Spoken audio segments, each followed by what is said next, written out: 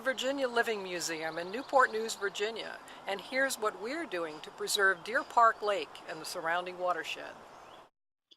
It's early on a Sunday morning when volunteers Casey and Deborah Oakley gear up to clean up trash. When we first come out, we try and look around, assess the situation, see how high the water is.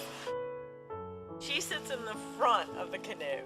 I do a lot of the paddling. She does a lot of the netting. So parts it's deep, and other parts it's not deep, and you can actually see the cans and the trash laying on the bottom. And plastic. So much plastic.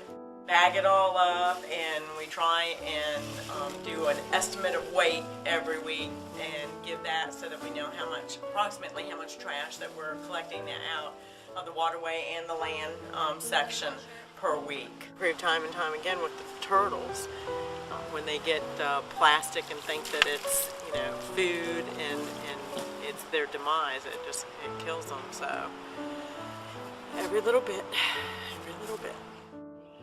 It's vital that we keep the bay clean, and in order to do that, it's vital that we keep the watershed that supplies the bay clean. So the museum is trying to do that in a number of different ways. We look at our riparian buffer zone. We try to maintain native plantings along the shoreline for the wildlife and to filter all the water that's coming into the bay. Through our conservation garden, we encourage people to find alternatives to the pesticide use and the fertilizer use that eventually runs off and pollutes the bay. One of the goals of the conservation garden is to teach people that see it, teach visitors, how they can implement some of these gardening, bay-friendly gardening techniques in their own yard. The first thing we'll look at is the living roof. The worst thing really for the Chesapeake Bay right now is the stormwater runoff that's coming off our yards and streets. It carries nutrients, and anything you can do to reduce that is key. And that's what green roofs do. They reduce almost entirely the stormwater runoff from your home. So instead of having it rush off your asphalt shingles into the street gutters, it's soaked up by the soil on the roof. So that's one important thing it does. Another simple thing you can do is add rain barrels to your house. How does that help the bay? Well, again, it reduces stormwater runoff because it keeps that water from going into the bay and picking up pollutants on the way. Instead, it's going right into your rain barrel and used right on your site to water plants. This is a new thing that we're looking at now. It's called a pondless waterfall, and a lot of houses now have these neat ponds in their backyard with fountains. But this is a little bit different twist that ends up helping the bay even more. It has a pond, but it's underneath the ground. There's sort of a hidden reservoir under there, and it gets its water from the stormwater off this roof. So instead of, again, all that stormwater going into the rivers, off the concrete and carrying pollutants with it, it's now being captured in a little drainage pond underneath here, and then it pumps it up to make a decorative feature.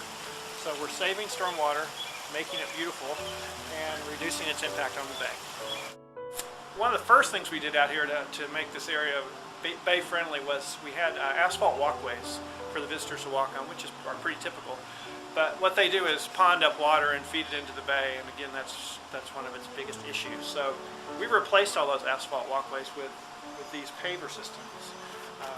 What they do is allow stormwater, rainwater, when it comes down, to percolate through them and into the ground slowly, instead of storming off in a sheet into the gutter and into the bay. Ultimately, it's up to each one of us to make a difference. Our job at the Virginia Living Museum is to raise awareness of the importance of this big project. We want everybody involved. People are only going to want to do something about it if they understand the importance. And we're out here hopefully to teach people how important the bay is and how they can make a personal difference.